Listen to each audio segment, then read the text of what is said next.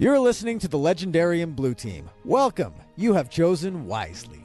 Please go to patreon.com/legendarium to support the show.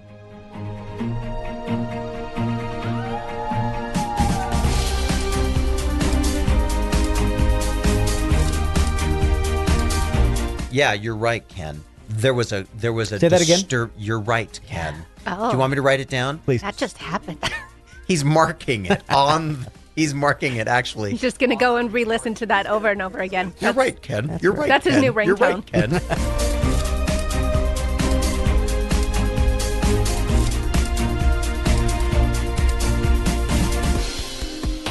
Welcome to the Legendarium. This is the Blue Team. We're going to be going through Dune. This is episode 2. We're going to be going through Dune Messiah. Excuse me, the second of the Dune books, Dune Messiah. This is episode 218. Somebody was telling me that episode numbers are disappearing from podcast notifications. That was what Apple was flying up the flagpole, and I think they were told in no uncertain terms, probably 90% by Craig, that's a stupid idea.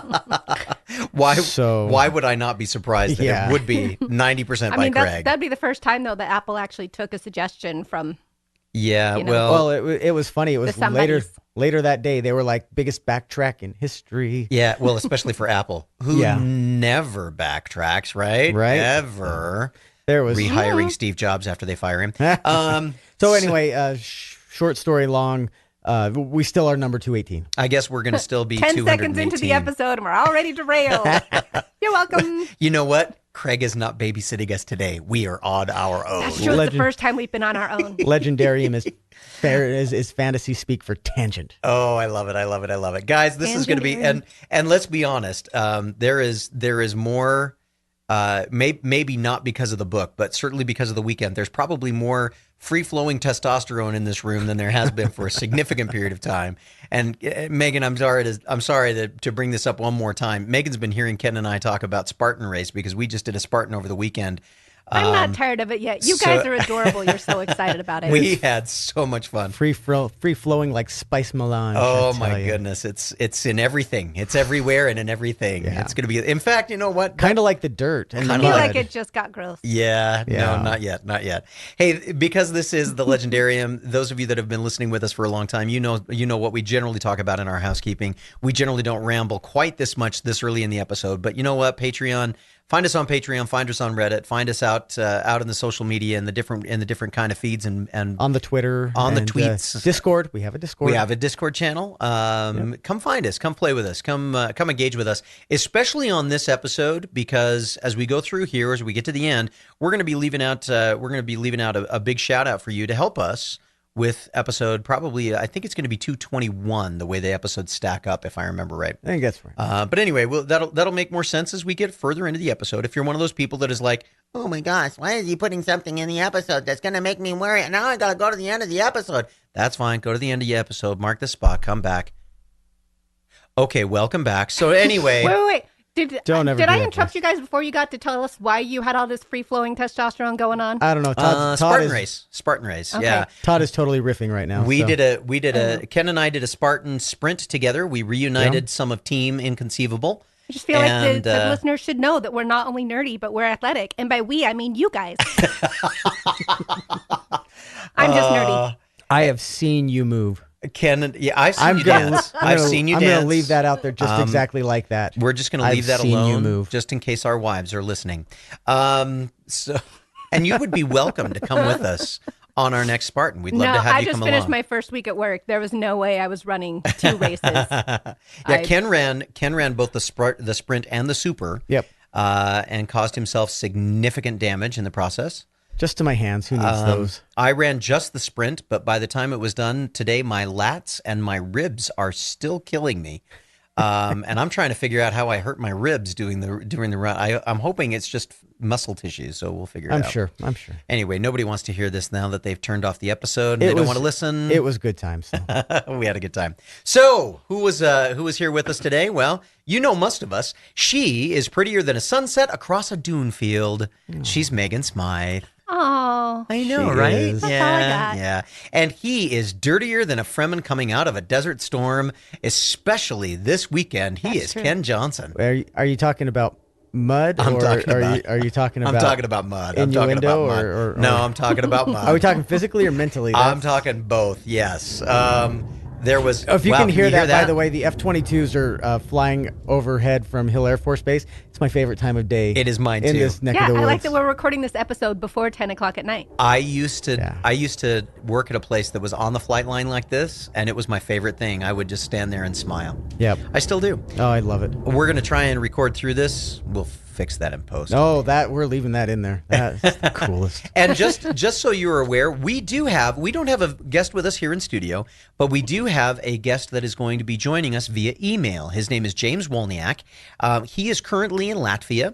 And he is an author and a follower, at least a casual follower of our podcast.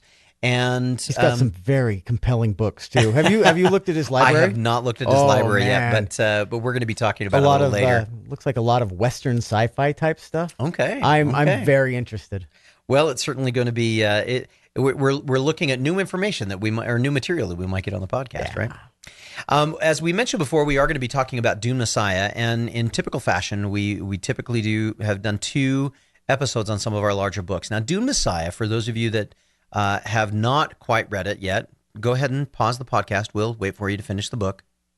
Okay, thank you for coming back. Now that the book is finished, Dune Messiah is not one of the longer books that we have ever read. In fact, it's almost perhaps one of the shortest books that we have ever read. Well, if you take out out 20,000 Leagues Under the Sea, if you take out the Tolkien short stories and the Goosebumps, and if you take out some of our one shots, but when you talk about our regular fare, even including things like Starship Troopers and 20,000 Leagues Under the Sea, all of the Chronicles of Narnia. We keep the Chronicles of Narnia in there, but those are children's books. Let's throw out the children's books. I'm just really enjoying pain in the butt. Topic. I am just all over your It's one of our point. shortest books, and then Ken immediately has to list every single book that's shorter. But the thing is, it's a pretty short list of shorter books. And that's yes, true.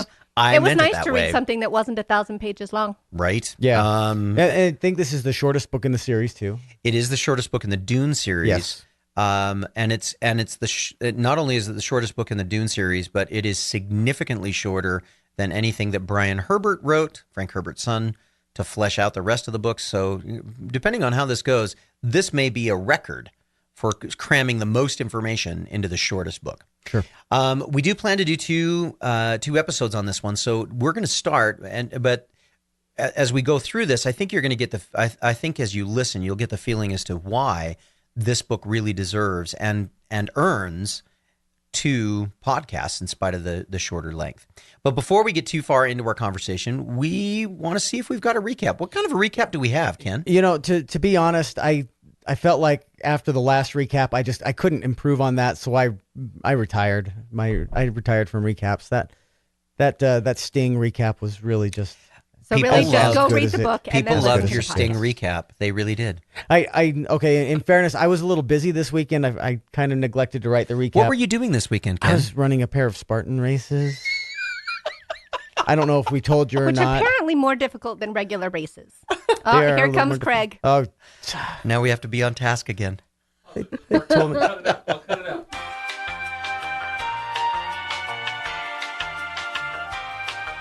All right, so we successfully kicked Craig out of the studio. We're back on our own. Right.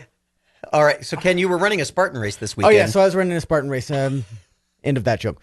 I did take a couple of notes, but literally this is all I got. 12 years have passed since Paul Muad'Dib, the Kwisatz Haderach, hostilely took over the empire, and his followers marched to the drums of jihad. His power, fame, and influence have grown exponentially, but turns out conquering the known Duneverse was the easy part. Keeping it proves to be much, much harder than he may have foreseen, or maybe he does foresee it, because he sees things. Acolytes gathering at his feet, religion run amok, wolves gathering at the door, conspiracy. It's enough to drive a man to drugs, good psychotropic future-gazing drugs. Whereas the first was an origin revenge story setting the tone for the universe, and this one is a political thriller filled with intrigue and threats, betrayal. A little bit of teen romance thrown in. With a little bit of teen romance thrown in. It's equal parts Twilight, Star Wars, Legend. King Arthur Legends, and I don't know, we thought, and Game of Thrones. Yeah. Yeah, so. Wow, you guys really liked this book, Wow, didn't you? I tell you what. So here, I do have 2 questions for you as we go. Is Paul actually dead? Because like we all asked before, no body, no death. And also, Duncan Idaho's Gola, does that mean I was technically right? Yep, I think so. So. Okay. Well, yeah. Is that all you got, Ken? That's all I got. That's all you got. You hear the planes again in the background? I love them. Okay. So let's talk about the Gola really quick. Well, no, before we do anything else, how much did you guys on a scale of 1 to 4, with a 1 being, I think I loved this as about as good as I loved watching paint dry. And a 4 being, you know what? No, I would go back and I will look forward to rereading these books in the future. 1, 2, 3, or 4. What kind of a grade do you give it, Megan? I already forgot what is the 1 good. 1 is low, 1 is is paint good. dry, 4 is read it again. Think about a probably GPA. Wow. Maybe a 2. You give it a 2? I was pretty mad at the end of this book. You give it a C. Give it a 2.0. Yeah. Okay. I give it 1.5 stars. 1.5 stars. You keep changing your vote.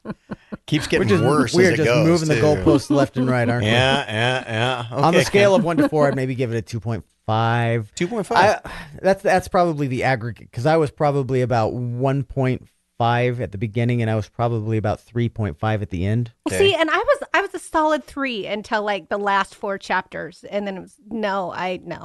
Yeah, I'm just mad. I feel like he burned everything to the ground. that's the thing. It really was a just set fire to the world and watch it burn type book.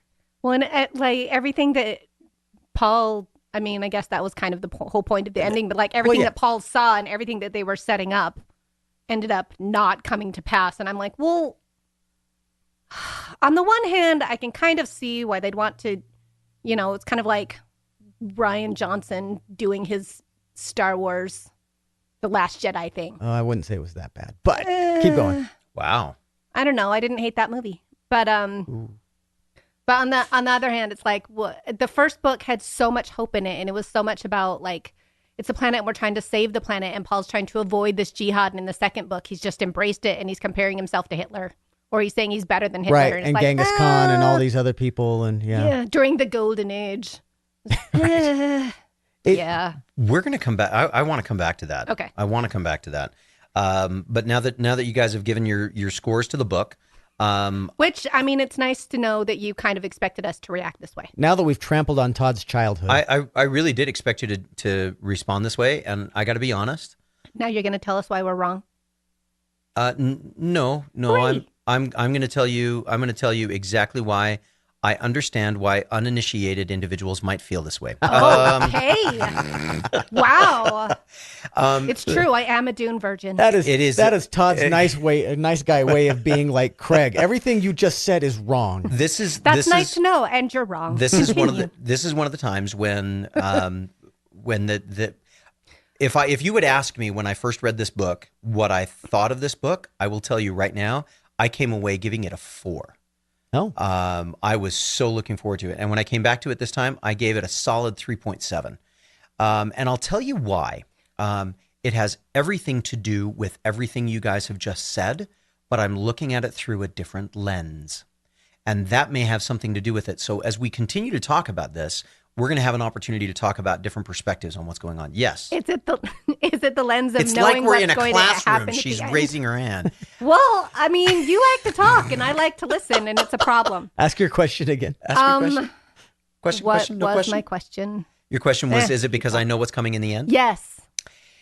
So, for those who are familiar with Dune, with the entire arc, they will tell you that this book is as critical to everything that follows as is the first. Okay. And without the two, you are it is as if you would be going into the experience with fully half of the underlying conversation not had. Because there will be things that they will refer to in the next 2 books that are steeped and built upon all of the ideas and the philosophical underpinnings that goes onto this book. In fact, that was one of the questions that I asked of James, and I said, because he said, when we originally were looking at this, he reached out to us and he contacted us. He said, "Hey, I hear that you guys are doing a Dune series." By that point, we had already contacted James Jenkins, and James was doing Dune with us. And I said, "Well, we've already got somebody for Dune, but we're welcome to Dune Messiah." And he said, "Oh, I love Dune Messiah." I'm making up what his voice sounded like. We have not spoken on the phone. He could sound like that. Hopefully he does. Cool if he Hopefully does. If he's got a little bit of gravel. Yeah, I really. Anyway, Can you still record a soundbite on the Legendarium website? I don't know. You Can used to be able to. Maybe he can. So? Maybe he can. Hey James, will you check that and then record a soundbite? Let us know. Yeah, if we'd you love actually to. sound We'd like love to hear your Todd's voice. interpretation. We'd love to hear your voice, See and if then it's I'll try and make gravelly my and rugged. voice. I'll try and make my voice sound like that next time when I'm reading some of your answers. And really, anybody else, if you want to try it too, why not? Yeah. So I said one of the questions that I asked was specifically, why did Dune Messiah impact you as a reader? What made it powerful enough to impact you? And this was his answer. I will try and read it, but I will not read it in the gravelly voice. He said, Dune presented a lofty philosophical view of sci-fi that I hadn't encountered until that point in my childhood. Dune Messiah, true to the time that I read it, was a more mature and in some ways cynical view of power and aspiration. Paul's increasingly aggressive attempts to control reality led to a feedback loop that pits human will against determinism. This is the struggle we all face, and we are fated to fail. I'm sure the fear is a deeply human one. It also showed the immense responsibility one has to bear as they advance along a path of mindfulness. The scene where Paul foresees his wife's death and the falling moon is heartbreaking. And I would agree. There are in this book, and this is maybe the best way to start it. What did you think of the love story? You both commented on it. You both said it was kind of woven through this. What did you think of the love story between Paul and Chani? Were you thinking more about Paul and Chani, or were you thinking more about the hormonally driven love story between Aaliyah and the Gola Hate/Duncan? I thought, going backward, I thought Duncan's and Aaliyah's was just weird. And I say it was weird because I don't know, I guess I shouldn't expect a big setup. It just, here they are talking basically for the first time, and she remembers him as Duncan Idaho because she's got all of her mother's memories and all the memories of those before her. So she knows who Duncan Idaho is, but she is meeting him really for the first time, and she's meeting Hate for the first time, and he doesn't know her, but all of a sudden it's this, and I'm going to kiss you, and oh my, it just feels like let's just throw this in there because it needs to work. That's the way it needs to work. We're not going to massage the story at all. We're not going to build up to it. We're just going to, this is what needs to happen for the later books. So here it is. I kind of think, though, Put it in there. that's how a lot of teen romances go, where it's just kind of like, Maybe. oh, we have feelings, let's act on them. Yeah, but is the Gola a teen? I mean, this is where it felt apparently very Twilight he looks to me, younger by the way. because of the whole everything that the Talactans did Right. to him. The metal He eyes looks a made me lot think younger. of Mistborn. Yes. So Yes. but Twilight Yes. Mistborn, the older undead and the young, teenage, wafy, oh my girl, Yeah. The fascinating thing about that situation for me, as I read it this time, I'm looking at it a little differently, and it's primarily because I've now raised two teenage daughters. I've got one daughter that's made it all the way through her teenage years into her young adulthood, and I've got another one who is 14, and we're doing the Twitter-pated thing, and we've got boys, and I am continually reminding her, let's talk about how horrible boys are. Let's talk about all of the things that you may not trust them for. We're starting to have some of those kinds of conversations, not because I really believe all of that, but because I lived all of that. And so, but here's the thing. Aaliyah is now 15, Yeah. 15, 16 years old. And she is absolutely boiling with hormones. Mm-hmm. Yeah. Which is And- kind of nice. Well, and not I only mean, she's a teenage girl. Right. She didn't really get to have a childhood. She's always been a weirdo, but she's a regular. I thought that was kind of nice. and the bigger problem is she's a teenage girl with a grown-up mind. A teenage girl Yeah. with a grown-up mind and a history of a genetic breeding program, which probably means that she's got a grown-up perspective on a lot of other things too. Right. Right? Sure. So, you try not to think about that very much, but when you start digging into it, for me, that makes that relationship between her and Duncan a very interesting kind of a relationship. Yeah, because here's this man who has died. And Yes. come back to, like, they both have this they're both very unique. Well, I guess she isn't so much anymore, but Oh, she still is. yeah. She still is, yeah. Well, and not but they're only both he's a very noble, unique, and I could see both of them. he's a noble sacrifice too. So Yeah, And it's true. he was a womanizer before he died. And so the other thing that she's remembering is the Duncan, Idaho, that's true. He was when he was alive. And so I'm sure that there is another level of that. And remember, one of the things that the Gola says several times is that he only feels discomfort and confusion when he encounters things that remind him of his past.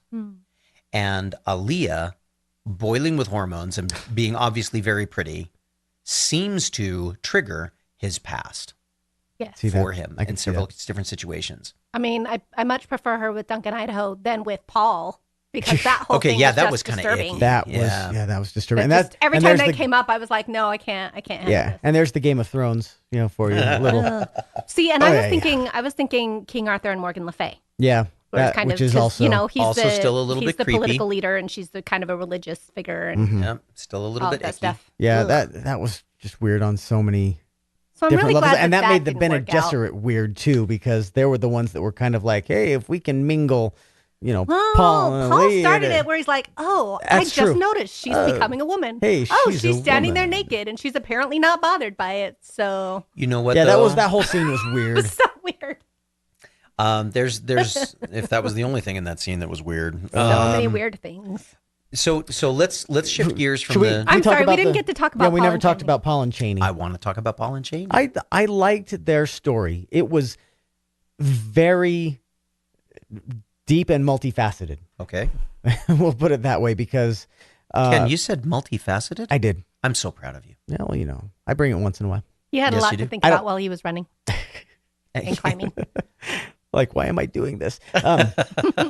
No, but there were just so many different angles of that story. I mean, here obviously they're in love, but he sees. I mean, for the last 12 years, he's seen all of the permutations where she dies, and in the end of having children. I mean, he knows these children have to come, but he knows that Chani dies. He knows that Irulan is feeding her the contraceptive, but he's cool with it because he doesn't want It'll Chani to prolong her die. life, But yeah. yeah, so I mean, so she goes around her back, or his back goes around Irulan's back, and takes the Changes her Fremen diet. Yeah, the Fremen.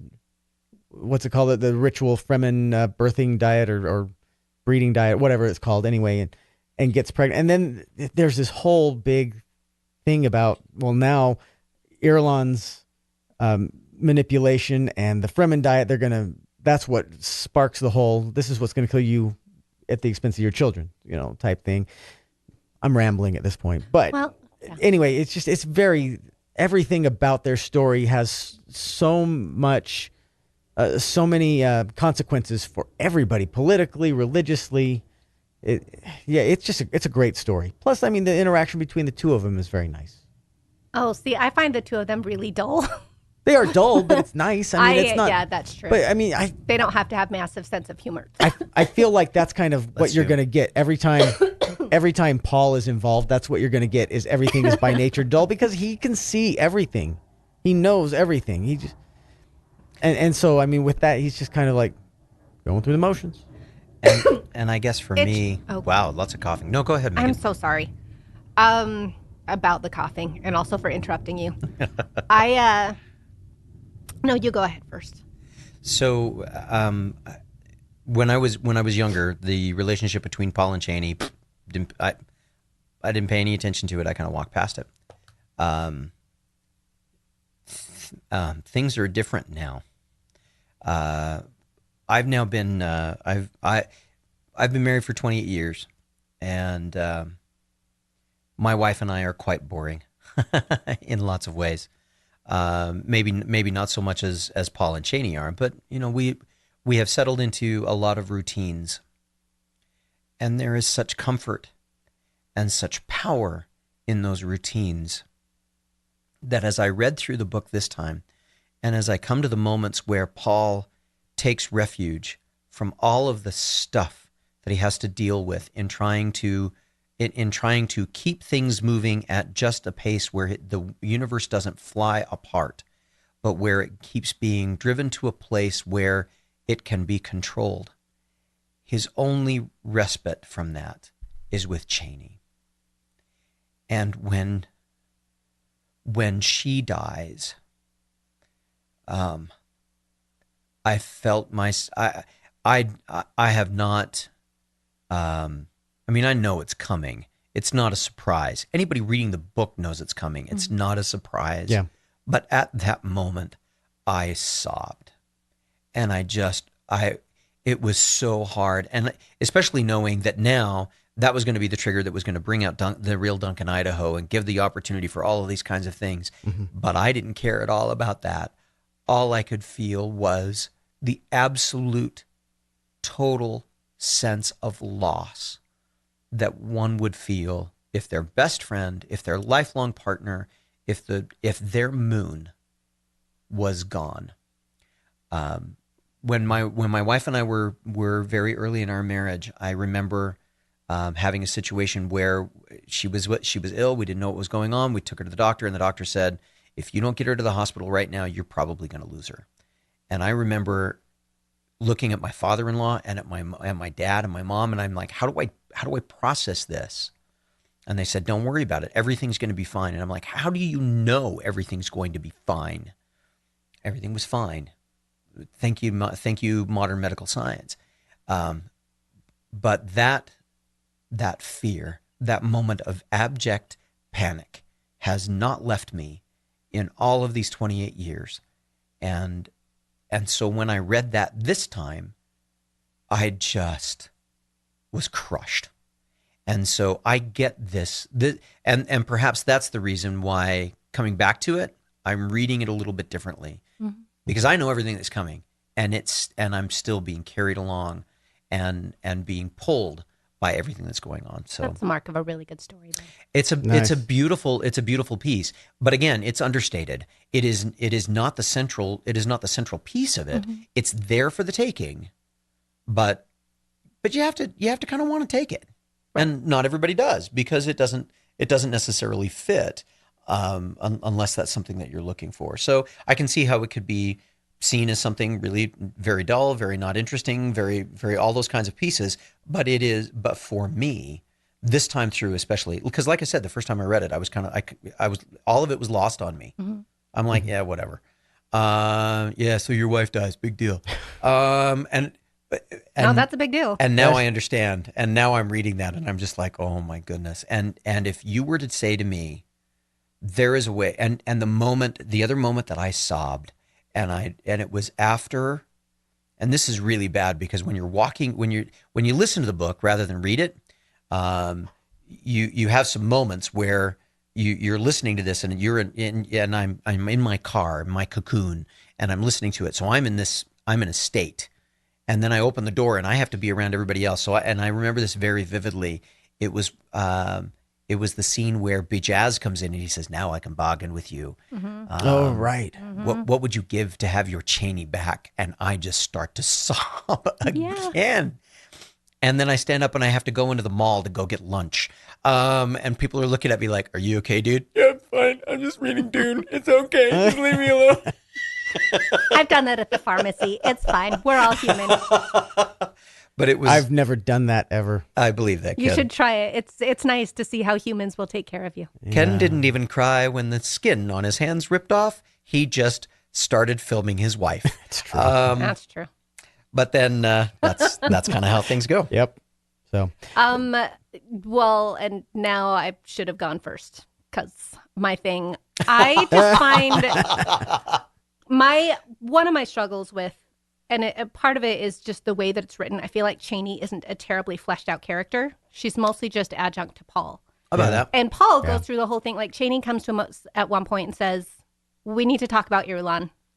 She wants a child. So let's talk about Irulan. Let's let her have, and he just, like, I feel like he just shuts her down every chance he gets. And really, like, yes, it's nice that he has those moments of respite, but I'm just like, is Chani really just there? I guess she's just there to be his concubine. And I'm like, I don't know. I just didn't like that. I felt like she was always being dominated, and he didn't really listen.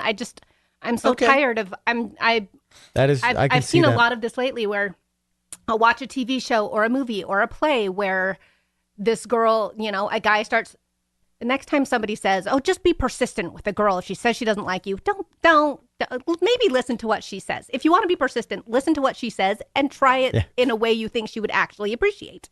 Read the room, dude. Right, exactly. And so I got really tired of Paul not ever listening to Chani and not I guess he doesn't have to explain himself. He's the emperor. He's the Kwisatz Haderach. Well, I was going to say, he sees everything. He sees everything, but I feel like he just is very harsh about, no, we're not doing that. No, that's not going to happen. And it's just like, oh, okay. Yeah. I guess my opinion means nothing. We can't talk about this? Like, you can explain to me maybe, but we never see that. And maybe that happens in scenes that weren't written, but it just... In the 12 years really between books or whatever. But yeah. It's possible. And it's true. So that was my issue, my main issue with their relationship. Let's talk about Irulan for a minute, because I think there was a tragic lack of her in this book. Yeah. She was very underused. She was set up to be a lot more important than she was. Yeah, she comes in the first couple of chapters, and she's part of this conspiracy, and then she's gone. Todd is smiling and bouncing. And then she's just gone again until she's mentioned by Chani, and she shows up a couple times, and then she shows up at the end and says, "I'll take care of these babies." Well, thanks. So now she's not part of the conspiracy? Well, basically, I mean, correct. She steps away from the conspiracy and the Bene Gesserit. That happened really fast. But did you see why? Did you see when, and did you see why? Not really. Well, she said that she had loved Paul all this time and not realized it. Okay, so that part, which is ridiculous too, by the way. Yeah, maybe so, but maybe not. Maybe but here's the deal. When Gaius Helen Mohaim and Irulan are talking in the cell using the Bene Gesserit finger language, which, by the way, I want to see what that looks like at some point in time. Let's hope. There's every book that has that. The Aiel and the Wheel of Time, they use a finger language, and I'm like, oh, that's cool. Yeah, or Silk in the Bulgaria. I always remember Silk in the Bulgaria. I always just picture it like sign language, which I can speak and I love. So I picture it like a third base coach, Yeah, or a third base coach. Yep, exactly. But anyway, in the moment where they're conversing about what's going on, and Irulan is starting to realize that she has been brought to this moment in time to be used as a throwaway tool, and that's what she is. And I think now I may be wrong, and it wouldn't be the first time. It certainly won't be the last. But I think that's the moment where Irulan makes a decision. You know what? Maybe I don't want to be part of this after all. Yeah. And I think that's why she is allowed to survive. Okay. Because notice, all the other ones get killed. Right. Yeah. Right? Yes. Irulan is left alive. And the reason that maybe Irulan is left alive for all kinds of reasons. I guess we'll find out as we keep reading. I imagine she'll have a bigger part to play now that she's the guardian of the the monarchs of the Fremen, but which is kind of nice because Aaliyah is not ready to be a parent. Well, and you have to recognize too that Irulan had to stay alive for at least one other reason, and that is that she has to be the historian and biographer of all things Muad'Dib. And so, because all of the things that she learned, she didn't learn all of that in the 12 years because there wasn't much going on. And the Irulan that we see in Dune Messiah is not the kind of person that could have written some of the glowing tributes that show up in the first book. That's true. That's okay. Yeah. And that's true. What we're seeing, and again, this is one of those that, yeah, you're right, Ken. There was a Say that again? You're right, Ken. Yeah. Oh. Do you want me to write it down? Please. There was a disturbing. He's marking it on. He's marking it actually. He's just going to go and re-listen to that over and over. He's going to build that as a sound bed. You're right, Ken. You're right. That's his new ringtone. You're right, Ken. Anyway, sorry. I derailed you. I am never going to tell you you're right again, except on a Spartan course. Okay. Have we mentioned we went on Spartan?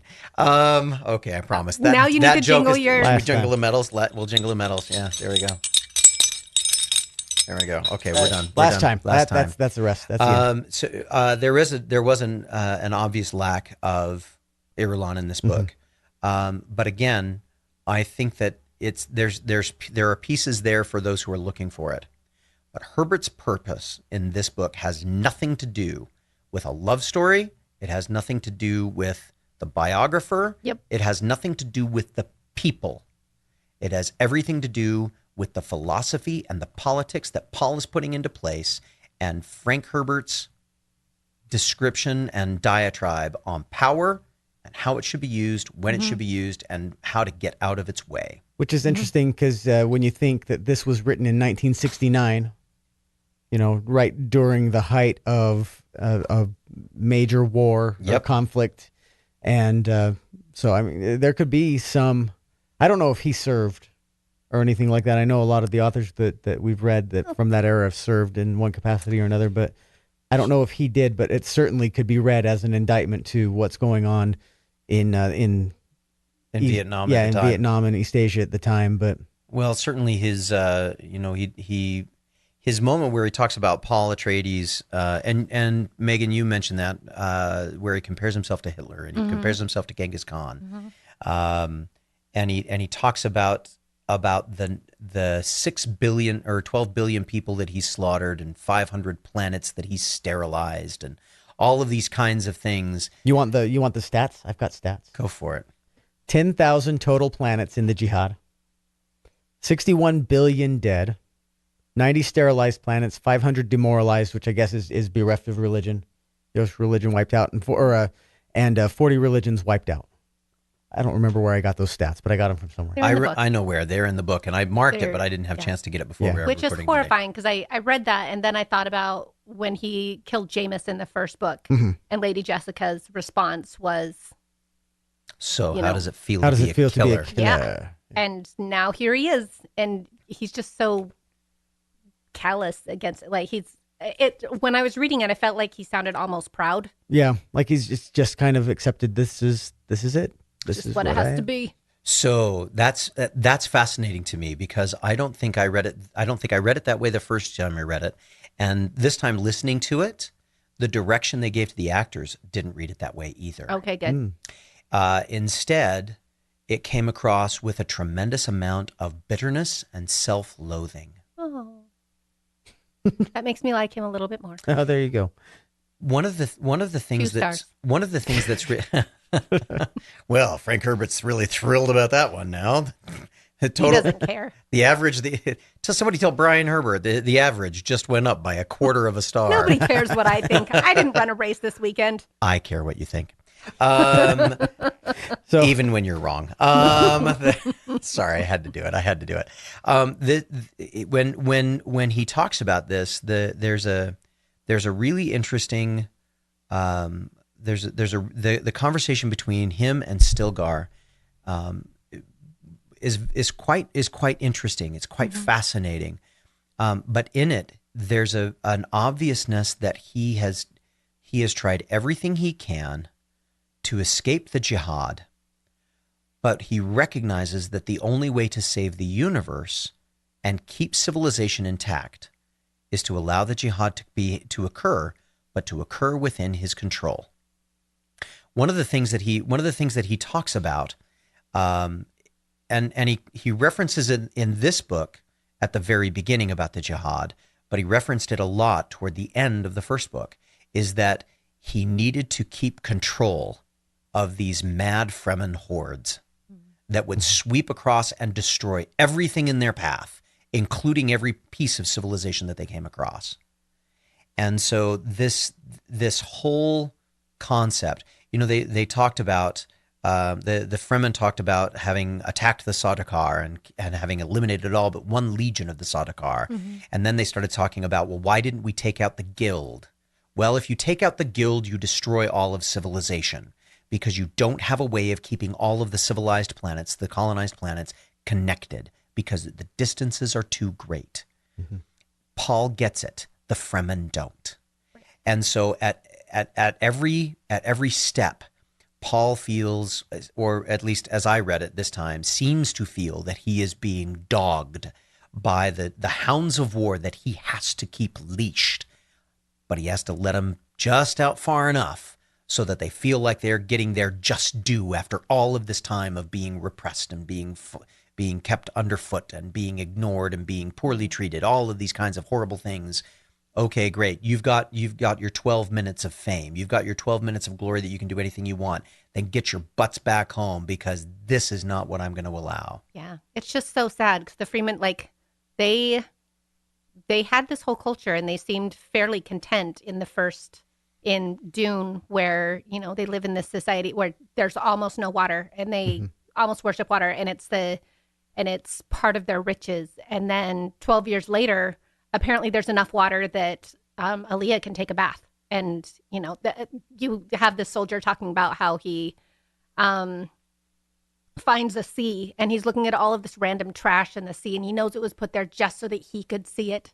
And these people are, like, I felt like the Fremen were basically ruined because of the abundance of water that they were given, because it somehow wasn't introduced in a way that I think of Liet Kynes and how he just knew in the future there would be more water in their on Arrakis. Arrakis, yeah. And I don't know, just kind of the way that it is. It's going to be a couple hundred more years before that necessarily is fulfilled. But right now, the people just kind of went crazy and they're so barbaric. And it's funny because the Fremen really just are a mess. Yeah.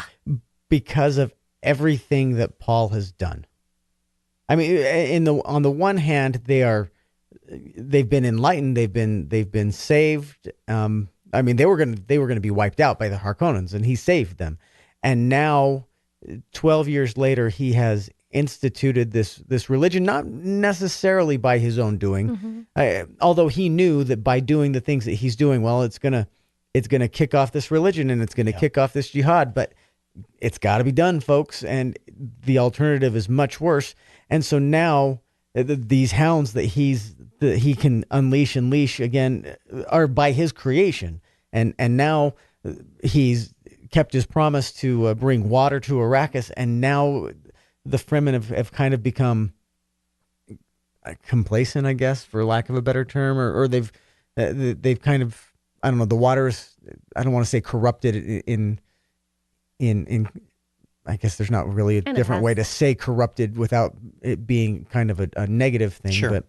But it's also created this subset of people who are like, well, we liked the way it was. Mm-hmm. Paul has destroyed our those people. Yeah, Paul has destroyed our civilization, and so now we've got religious zealots who were among his friends, and now we've got eco-terrorists, I guess, for lack of a better term, also that you know.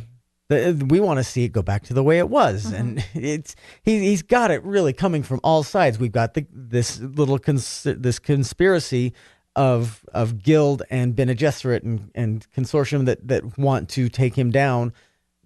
There are so many moving parts in this book. For as small as it is, it's amazing how the parts. That's, by the way, that's part of the reason I didn't write another recap, is because I went through this happened, and this and this and this and this happened, and this happened. I'm like, there's so much in this book. Yeah, this one is definitely one where, although they don't say it very often, it is certainly plans with him.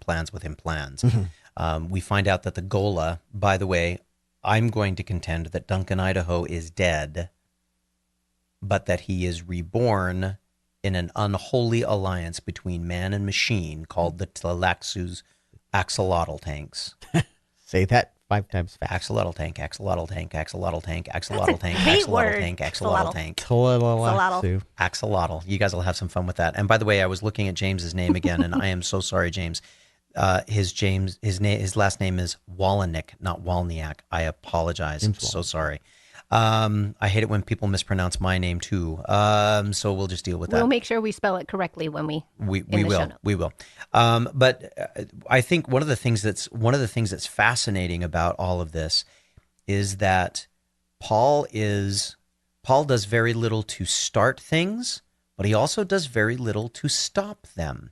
He's let the religion grow up around him. He's never given very specific instructions about the way the religion should be handled. He just lets it go. Mm-hmm. He's never given very specific instructions about the fact that it should be curtailed at all. He just lets it go. And he is concerned with running the Imperium. Mm-hmm. And so from his standpoint, this is all the religion that grows up around him is not his making. It's his, he's allowed it, but it's other people that have made him into something. Well, and I really enjoyed all of the references to the difference between religion and government and how they should be kept separate. And looking at it from that point of view, like it makes sense that Paul would kind of just let it go. Like he is kind of a religious figurehead, but yes. He's more concerned with like the rules and taking care of the people in that way. And then you have his sister who's kind of on the other end and is you know, I want to read this really quick. Sure, please. Lady Jessica writes a letter to Aaliyah. Yes. And she says, "You produce a deadly paradox. Government cannot be religious and self-assertive at the same time. Religious experience needs a spontaneity which laws inevitably suppress, and you cannot govern without laws. Your laws eventually must replace morality, replace conscience, replace even the religion by which you think to govern. Sacred ritual must spring from praise and holy yearnings which hammer out a significant morality. Government, on the other hand, is a cultural organism particularly attractive to doubts, questions, and contentions. I see the day coming when ceremony must take the place of faith and symbolism replaces morality." And I feel like that's definitely where it's going, where it's, you know, it's one of those things where it's like in religion, you try to teach people correct principles and then let them do with that what they will. But that we struggle with that. And some religions in do. Government, mm-hmm. Some religions do. But like with government, I look at the state of the United States right now and we all want more laws to like tell us what to do and not everybody all of how to us. do it. Not all of us. I mean the royal we. Oh, okay. Wait, no, I don't. I don't mean wow. we. I don't want more So you laws. want a monarchy is what you say. Yes, but I don't want to be the queen. Wow. I would like to be the princess consort. That's all I need. Wow. Wow. No, but I look at it in that way. Yeah, that's a good one to save. Let's save that one. Yeah, that's not coming out in post forever. ever. Okay. Princess Meghan says so. No, but it's really weird how, you know, it has to be one or the other. Either you trust people to do the right thing or you continue to give laws and box people in until they're doing exactly what you want them to, more or less. I don't disagree with you, by the way, in the sense of... You can't disagree with me. No, I me. mean, I don't disagree with you in the sense that the larger body of people seem to want, despite protestations that they might not want more laws. Why don't the government just get out of our hair? And yet then you turn around and somebody is saying, well, there ought to be a law against this, or government's should do this for me, or whatever. Yeah. So more and more people are dependent on the government, or looking to government for answers. And it's I realize easier, we're not supposed to be a political, we're not trying to get political, and I'm not trying to get political, but Frank Herbert is obviously political in this particular book. Absolutely. Mm-hmm. And he is one of the things that I have found interesting in coming back to these pieces. Well, let me ask it this way, and I don't know if we're going to be able to dig into this very much in this particular episode. Maybe it'll be in the next episode we do this more. But if you go back and you look in the first book, it's a lot of level 1 with some level 2 and level 3 stuff thrown in. Mm-hmm. This book is a lot of level 2. This is so much level 2. This is more level 2 than anything we've read, I think. This is probably the level 2-est book we've read. Very, very likely. And I'm not sure if that was really his intent, but it certainly, like I say, is another piece of the foundation that is required for the next couple of books to really have the power that they need to have. This struggle that Paul deals with on walking the line between governing well, and what does that mean? Does that mean that the Imperium goes on? Does that mean that the lives of everyone in the Imperium are better? Because obviously they're not. 90 planets sterilized, 500 demoralized, 40 religions just destroyed. does that mean that everyone is better off? He's controlled the spice, but in the process of controlling the spice, he has also set up a situation where the worms are curtailed, and spice production is now completely under their control. The guild is in desperate need. Everyone is in desperate need, and he can do anything he wants with the profits, which he does. Well, in the Telelaxu. It takes a while to learn to say that word. I can say it in my head, but I mean, they're trying to smuggle worms off planet to. Everybody is. Everybody wants a worm. And nobody understands how they work. We'll get to that in book 3. Ooh, do they explain how that works in book 3? Wait until book 3. Wait until book 3. There's some interesting things that happen. Find out tomorrow. It's interesting. There's stuff that happens in book 3. It's interesting. It feels like cool. Paul in his prescience is trapped by it. You know what I mean? Fascinating. He's trapped observation. by the liberating power of his prescience because he knows what's coming, but he can't really do anything. Doesn't always know how to get there. But he doesn't always know how to get there. And in his mind, 61 billion people dead is the best case scenario. Well, maybe not just in his mind, but maybe by all of the possible futures that are available to him. Yeah. 61 billion. It's and I had to ask myself, if 61 billion dead was the best of all possible futures, what were the worst? I imagine there's a total Thanos annihilation. snapping his fingers. I would imagine there's a total annihilation aspect in there. There might be, or at least a dark age of civilization where all of the ability of the Imperium and of planets to be able to benefit from each other and from what goes on, we lose. What kind of corollaries does that give for us? Because really, the purpose of let me rephrase, the value of level 2, or of any of the levels really, is to look at them and say, so what does that do for us? I'm not suggesting that I think we need to decide that right now, but I am throwing that out as a question, and maybe our listeners in Reddit will give us some feedback on what they think about the level 2 implications of this book. There is some level 3 stuff. The story of Paul and Chani is very much a level 3. There's plenty of introspection stuff. There's some really cool level 1 scenes. There are some neat scenes but they are vignette oriented. The meat of this book is carrying us through Frank Herbert's discussion of politics, religion, and power. I want to hold it until next recording, but the scene with the nuke. With the stone burner? With the stone burner, yeah. I want to get into that, but I want to save it till next time. With that scene, we guaranteed I will never be seeing a movie version of this book. Oh, really? Because of the eyes can't thing? Deal with eyeball things. Nope. Okay. Okay. That's interesting. I'm interested. Will tell maybe offline or maybe next time, maybe in the next podcast we'll talk about it a little bit. Okay. So I wanted, and I'm going to ask you guys this, but I also want to share what James Wallenick said. And the question was there a moment or a portion or an aspect of the book that you remember being particularly memorable for one reason or another? And he said, aside from the falling moon scene, because we already know that he felt very strongly about that, I've always loved the segment where Paul's vision is blown out and he's navigating using prescience in place of vision. What did you guys think of that scene? That's what I want to talk about next time. Is that what you want to talk about mostly next time? Yeah, we'll talk about it next time. That. But obviously that's a piece of it. Oh yeah, I think there's so much there though. I want to give it. I don't want to give it a short shrift now. I want to give it some time. That's fair. So I want to. Well, let's shift gears then.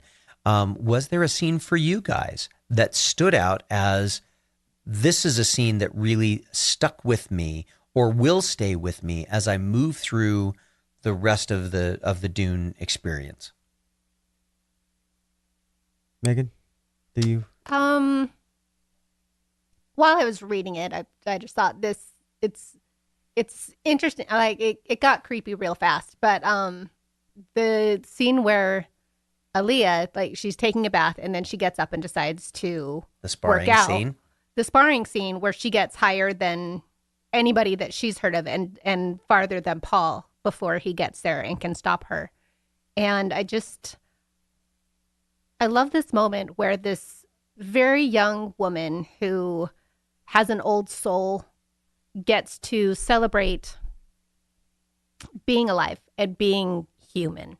She just, she's using all of her senses and she's feeling this huge amount of pride. And it's not, she gets to have this moment where she's not just like, oh, the weird girl and the old soul, but she's somebody with a lot of power and who can do things. And she's proving it to herself and she's proving it to her brother when he walks in and the others. And I don't know. I just really like that moment. As a girl with an older brother who just always seemed to be so good at everything, and we didn't get along nearly as well as Paul and Leah do. I don't know. I just sometimes wish I'd had more of those moments where I could see that he was proud of me or that he could like appreciate those things and say, oh yeah, no, you did better than I did there. Like, that's amazing. Good job. And I really like that moment. Okay, cool. The part that stuck with me, maybe it stuck with me for the wrong reasons, is the part where Paul snaps Duncan Idaho back to reality. Yeah. After Chani dies, and we all know it's coming because Frank Herbert is very very transparent in what's going to happen there. And which is interesting because when the surprises come, they actually, he can still surprise you, even though he tells you right up front, this is what's going to happen. But the part where he snaps Duncan back to reality after Duncan already knows the moment he says these trigger words, I'm going to kill him. And he manages to snap him out with a word or a phrase that his grandfather said and everything. And I just thought, oh, that is nice. And this is a good recovery. And typically you can see things like this happening where the old ally is conditioned to be the murderer and he comes back around miraculously somehow. You know the story's coming, but this one was really good and I was excited for it. And then I felt like it was taken away from me when the dwarf comes in and says, this was our plan all along, was that you were going to snap him out of it and teach us how to do that. Oh, you didn't see that coming? I'm sorry. I don't know. Well, no, and I appreciated that maybe moment I should have because I know it was referred to as well, right? I mean, they're like, this is what our plan is going to be, but still, I missed it, and I was all excited for it at the time, and then when he comes through and he tells us the end game, I'm like, it ruined it for me. Yeah, no, because it was nice having Paul had kind of a moment with somebody who knew Paul before he was the emperor, who just knew him as like this young kid and would take him hunting, and just somebody who just loved him for him and not just because he was supposed to follow him. Right, exactly. He had one of his old friends back, and it's great. Duncan is still back, and he's still, my favorite character because he's just, he's one of those level 1 characters that I just love. And now he's young again, and he can grow up again and grow old. Yeah, and he can grow old with Aaliyah, so it's so sweet. So far as you know. Plans far as I know. Plans within plans. For me, and I've talked a little bit about my favorite scene with regards to Paul, and how Paul moves throughout this experience and why that is, and maybe not my favorite scene, but one of the most powerful and poignant scenes. But I have to admit, perhaps my favorite scene in the book is when Paul is told, yes, the twins are alive, and he trips. Oh yeah. For me, if someone had said, what did you take from Dune Messiah the first time that you read it? It was that. Did you relate? In many ways. In many ways. Mostly because I spent the entire weekend with my glasses off, and I was tripping on all kinds of stuff. This moment where Paul's and I cannot wait. But I'm going to have to. I'm going to force myself to wait. But there are some really interesting conversations which will happen around books 3 and 4 that really inform that moment and inform it really, really beautifully well. We'll talk more about Paul and his prescience and how that works and how those things go. But for me, when I think about a scene that I carry with me, it isn't the birth of the twins. It is the trip after he hears that it's twins. Because you remember earlier in the book, Because he didn't know. yeah, she says, surely the medics have told him.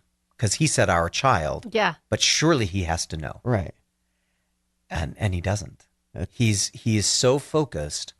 And this is one of those moments, and perhaps this is a more telling and a more personal level 2 moment. He is so busy taking care of what has to be done for the universe, for the needs of the household, for whatever. He is so busy taking care of work that he is completely out of touch with what's going on at home.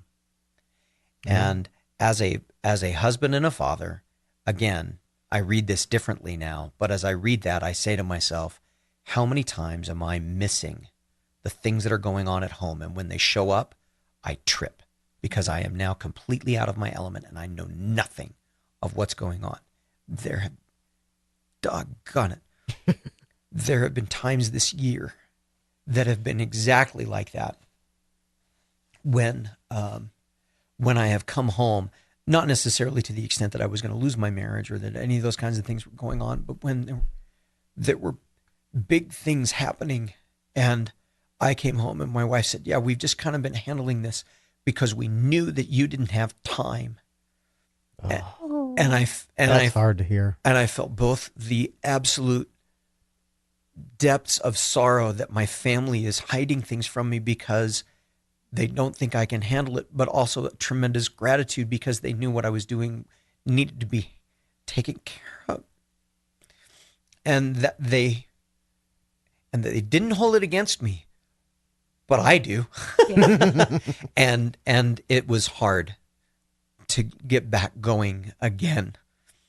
So again, and again, that scene was cool because I thought, oh yeah, that's funny, man. You know everything, and then you can't even remember what the steps are, dude. Come on, you gotta know, even if you just all of a sudden lost your sight. Yeah. But no, I get it on a different level now. At least it resonated with me on a different level, and so it was pretty powerful stuff. That's interesting. It didn't touch me like that, but I'm dead inside. So. Well, kid, we kind of know that all you're feeling is in your hands. Well. And right now there's right now there's not going there. Never mind. I'm just not. I'm not going there. None of I didn't mean it that way. I did not mean it that way. I'm glad beating in your hands. I'm glad we brought it back around. So we can't stay on those kinds of levels all the time. Ken, do we have anything? Can we ask a couple of Reddit or mention a couple of Reddit comments really quick? I think we should. I got the Reddit thread up there really slow this week, so I apologize. We didn't get very many questions. Thank you to the people who saw it. Yeah, because I got it out literally hours before we recorded, but we'll get one up next time. And with the next recording, put comments in the Reddit thread, whatever we didn't get to in this episode that you want to hear us discuss next time. Then put whatever put we the missed questions in and there. things that you would like us to talk about next Absolutely, time. Please. And there is lots that we're still going to talk about next time. I'll mention it in a minute. At least but one anyway, or two things. This we kind of talked about this one earlier. Egg McNoggin. I love Reddit names. Egg McNoggin says, "Is it just me, or is anybody else sad about the reality of Princess Irulan's life versus what you imagined her life to be from her excerpts in the first book?" We kind of talked about that a little bit, but not directly like that. And yeah, I mean, it's a little bit sad what you see. I expected more, I guess, friendship, more camaraderie between the two of them into this book, but obviously that's not what happened, and clearly, her warmth toward Paul will have to come later. Yeah. But it was a little sad. It's a little disappointing, and I already said earlier I'm very disappointed at how little there was of Irulan in this book.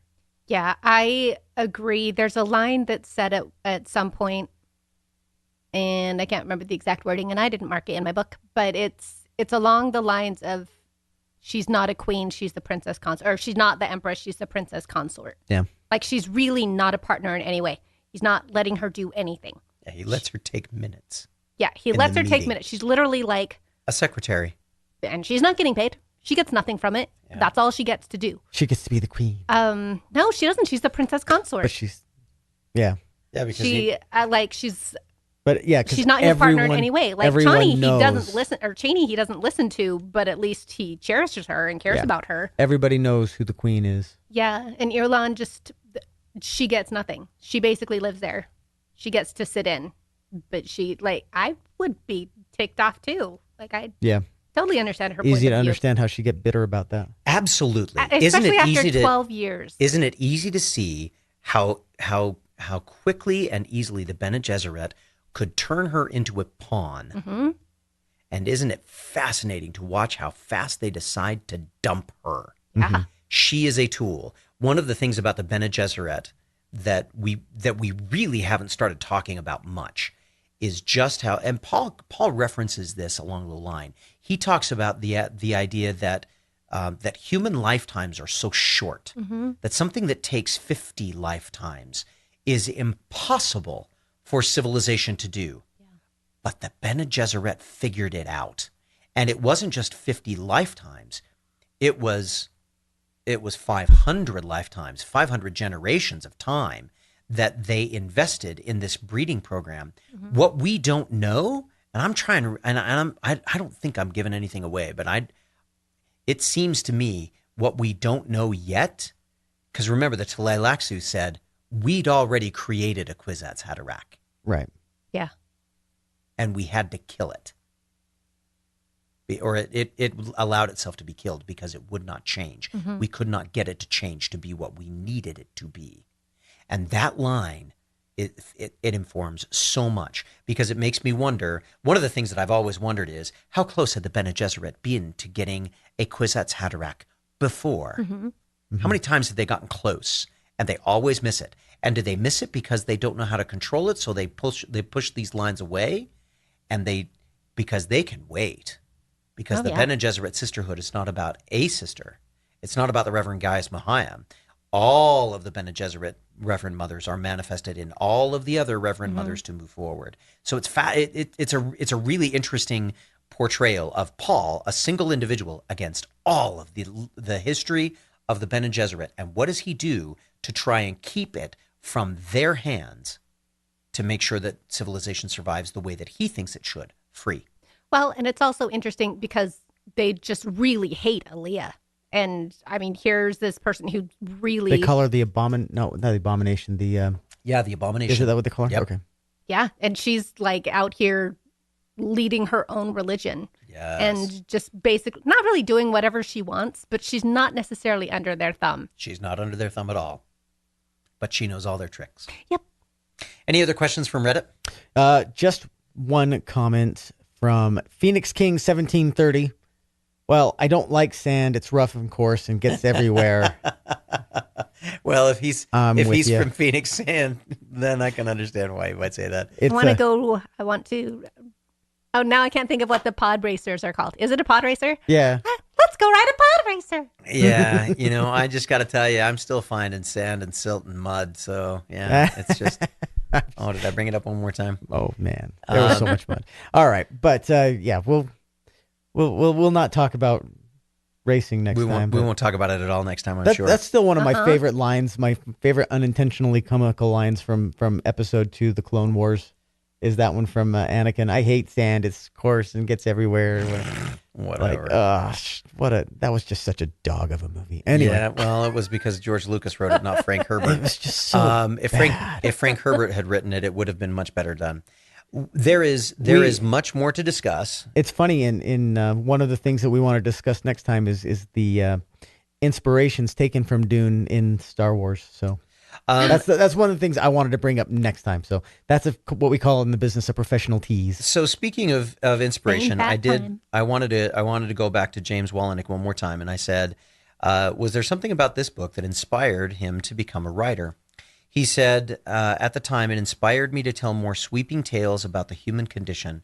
More recently, it has inspired me to weave spirituality into my depictions of characters and cultures. We've talked about religion in this podcast. We've talked about some politics. We haven't really talked about philosophy. We haven't talked about spirituality. So maybe we can spend some time talking about those next time around, because they're different. And while while politics and philosophy, religion and spirituality run in the same kinds of directions, they're certainly in different lanes. Mm-hmm. And as a result, they have different kinds of power at different kinds of times. So it might be kind of fun as we talk about things that we're going to look at next time to make some time to look at those couple of things. I like that. If we get a chance. And we'll talk about the stone burner. And we'll talk about the stone burner and prescience. And we'll talk about some, and we'll ask the question that we always ask: was there enough level 1 stuff in this book? What do we really think, and where do we go with it? Hopefully you've had as much fun doing with this particular episode as we have. Hopefully you are looking forward to the next one as well. If there are questions, we really want to explore some of the questions that you've got and give you some of our feedback. Please leave us some comments, leave us some questions. We'll make sure that we include those in our next episode. We are not on tap because of the way that things are designed and built. We are not on tap for 3 episodes. So there'll be 2 episodes with Red Team. Mm-hmm. As I was looking through, and then we will come back to a Blue Team episode. That's why I said we're going to be, I think, episode 221. I think that's where when we come back in next. So just recognize that we've got a little bit of time that you're going to have a little bit of a hiatus from us. But in the meantime, if you want to go back, review Dune Messiah, that'd be great. Start looking into Children of Dune, and then we'll get to the end of this one and we'll see where we go. Thanks very much for your time. Any last words, guys? Hey, did you guys run a race this weekend? Hey, can we tell you about that? Oh, yeah. Oh, yeah? Yeah, okay. We should tell you about that. Huh. All right. I feel a little bit better about this book now that we've discussed things. And now I feel a little bit shallow. So I may or may not reread it, but at least I'm growing as a person. So was I right when I said you were absolutely wrong? No.